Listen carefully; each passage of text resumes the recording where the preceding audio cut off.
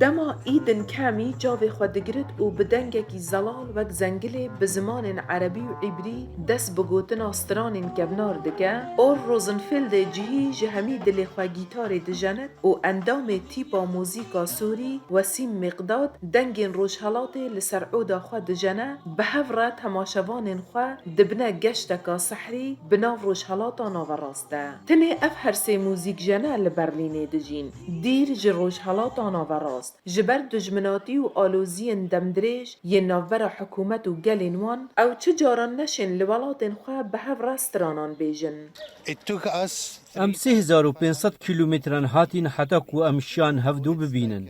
هرچنده کو سنورین روجهلاتا ناوین جیج هف قطاندنا مرووانه. کمی کچکا عربه و تمنوی سو پنجه و جکیمینه این درزیه لباکور اسرائیل و جبو آزادی و آرامی هاتیه پایتخت آلمانیا.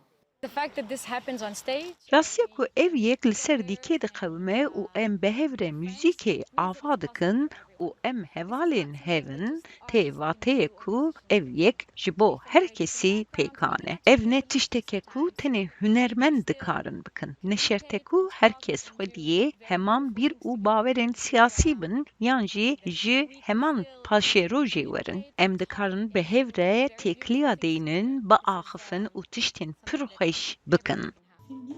روزنفیلد جی نوی رزگاربوین هولوکوستیه او هاتیه باجارکی ارزانتر وک موزیک جن داکو بس کارکی بگه بو دبارا جیانا خواه او دو پروسه درستکرن جنین آمیرین موزیکی و گوتن استرانان دا و بردوان بن که او چند هف پارن و چقاس کوکن چند و زمانین وان هف رنگن.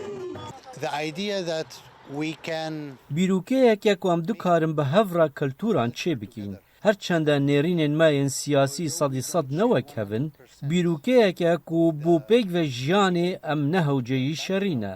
Em dikarin peywendî û danûstandinan gel yekdû bikin.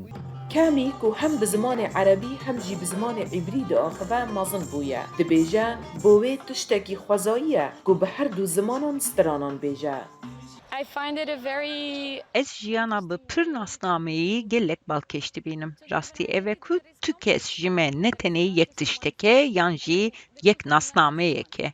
û ez pir kêfxweşim ku dikarim bi rêka hunerê û zimanan hêstên xwe bînim ziman.